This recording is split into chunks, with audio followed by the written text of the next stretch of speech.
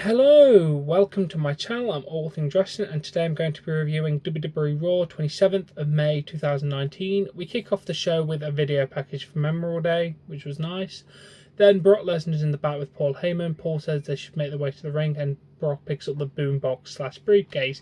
We'll get on to that. Then Kofi Kingston makes his way to the ring with pancakes. We see what happened on SmackDown. Kofi says that Kevin re-injured Big E's knee. And then Dolph Ziggler brutalised him, but he didn't get the job done because he's standing tall. When the time is right, he'll address Dolph Ziggler.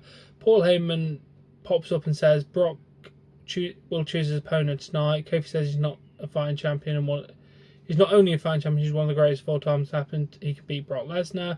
Kofi wants Brock to come out and cash in his contract on him tonight. Seth Rollins makes his way to the ring. Seth says he's not Brock Lesnar, he's better.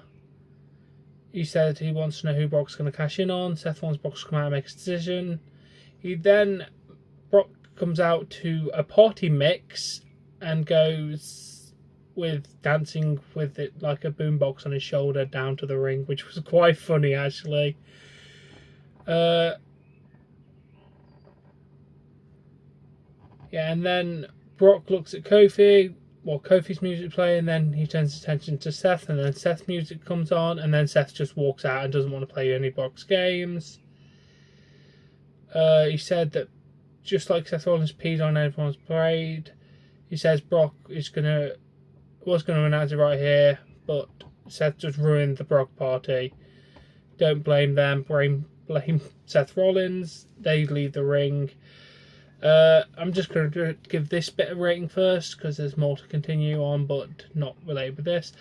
It was overall funny. I'm not going to lie, I did like the whole Brock party thing going on. At least they've managed to turn this into something entertaining. I'm going to give it a 6 out of 10, I'd say. It was entertaining enough. Then Dolph Ziggler attacks Kofi, knocks him off the apron, zigzag on the ramp. Dolph gets a chair, Xavier attacks Dolph, but before Dolph can get hit by Kofi. We do go to a commercial, then Kofi's being helped up to the ramp. Dolph Ziggler hits Woods behind, punches.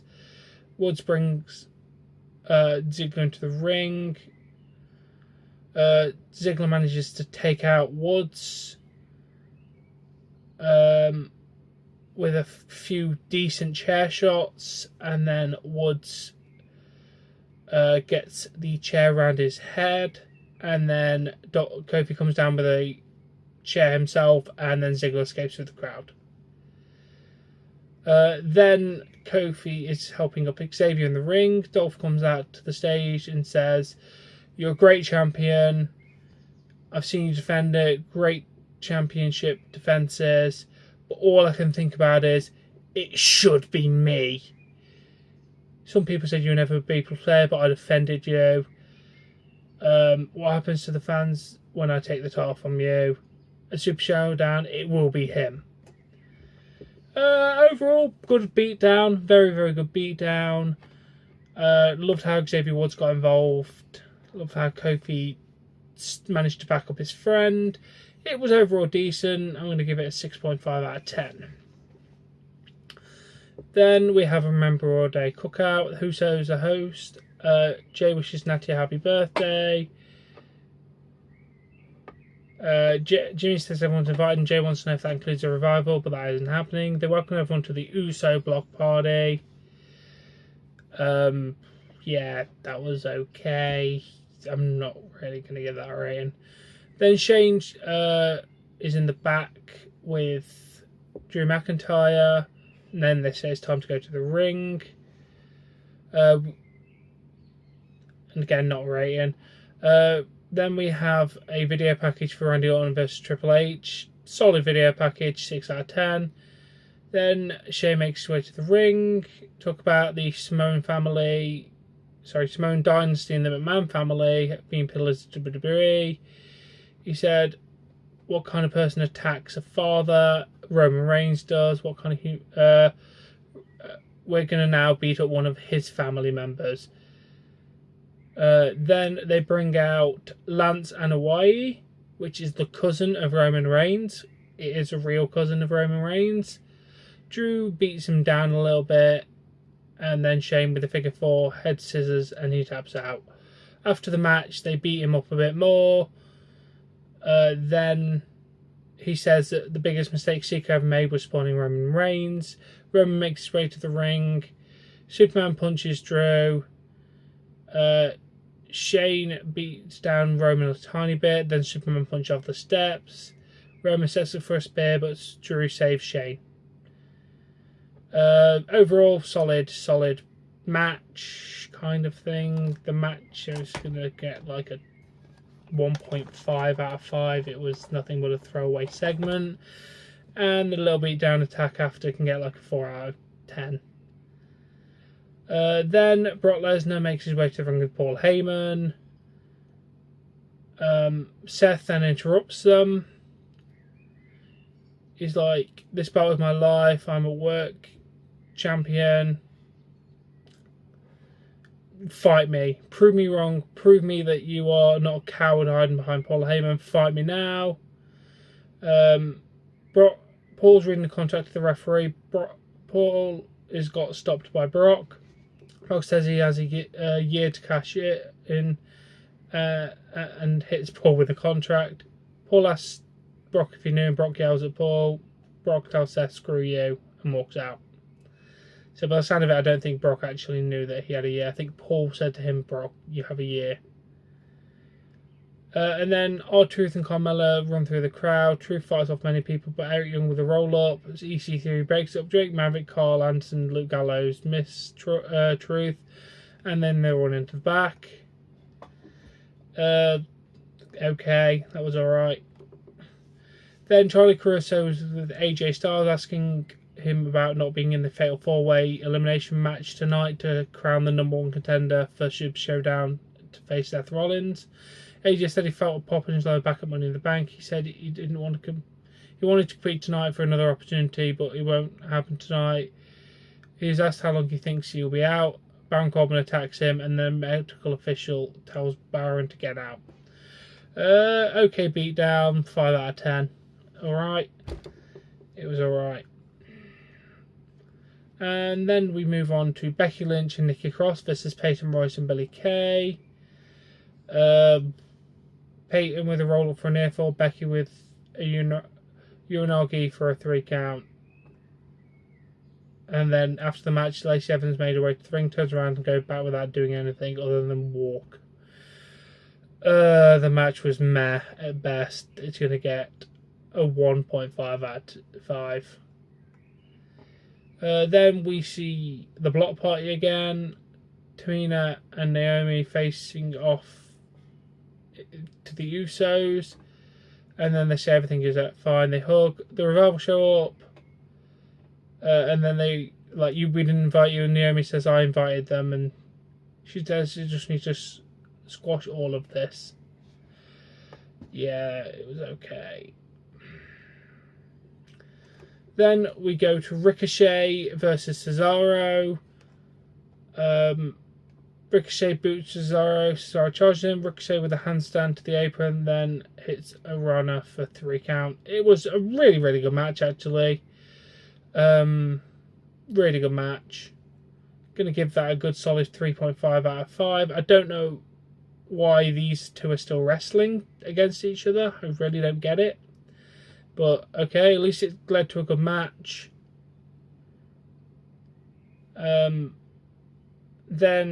we're told about Rey Mysterio appearing next week to surrender the US title due to his injury. And then Samoa Joe turns up and says he'll come and get the right to get his championship back. He'll be waiting to take back his rightful prize. That was okay. Not going to rate it. Then we see the Usos playing cornball with a Revival in the block party. That was okay. Then we just have a couple of interviews saying about getting their hands on the Universal Championship. Meh at best. 3.5 out of 10 for those promos. Then we have the elimination match. Braun Strowman versus Miz versus Bobby Lashley versus Baron Corbin. There was a lot of teamwork with Baron and Bobby, which was really nice to see.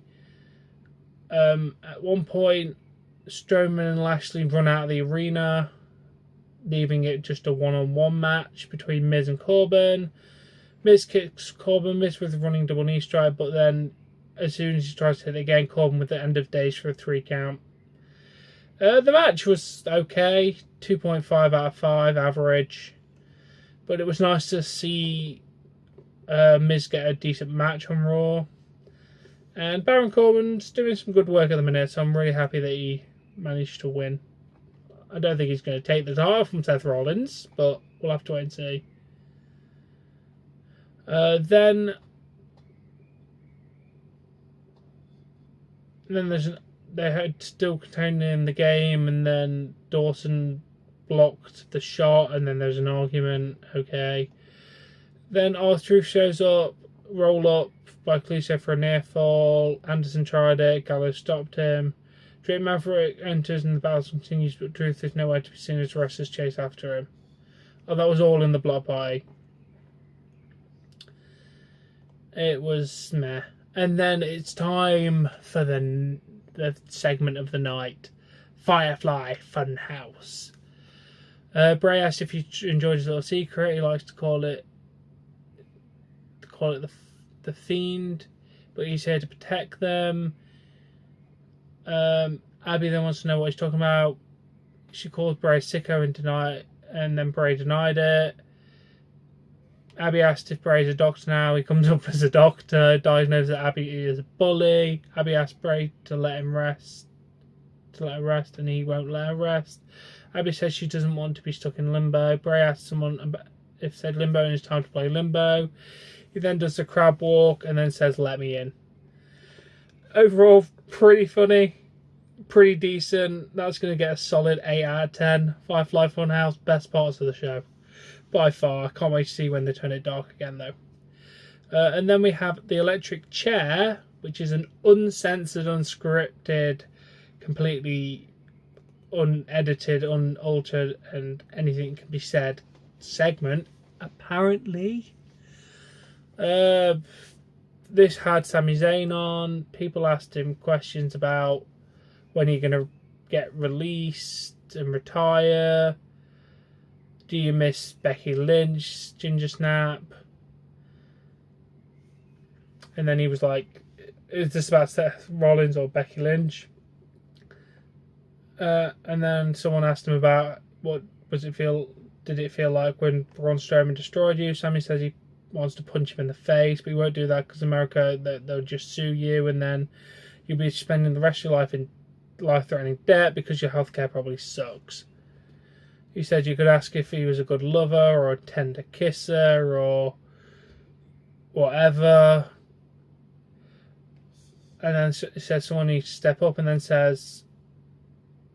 someone said, well, why haven't you won the Universal Championship? He's like, I can win it anytime you want. What I'd rather be doing, you could ask me about AEW. Yes, he's dropped the AEW bomb on WWE TV. He's going to get in trouble for that. Seth Rollins is mentioned, and then he makes his way out of the ring. Sami goes to the floor before Seth gets to the ring. Seth throws in the electric chair onto the ramp.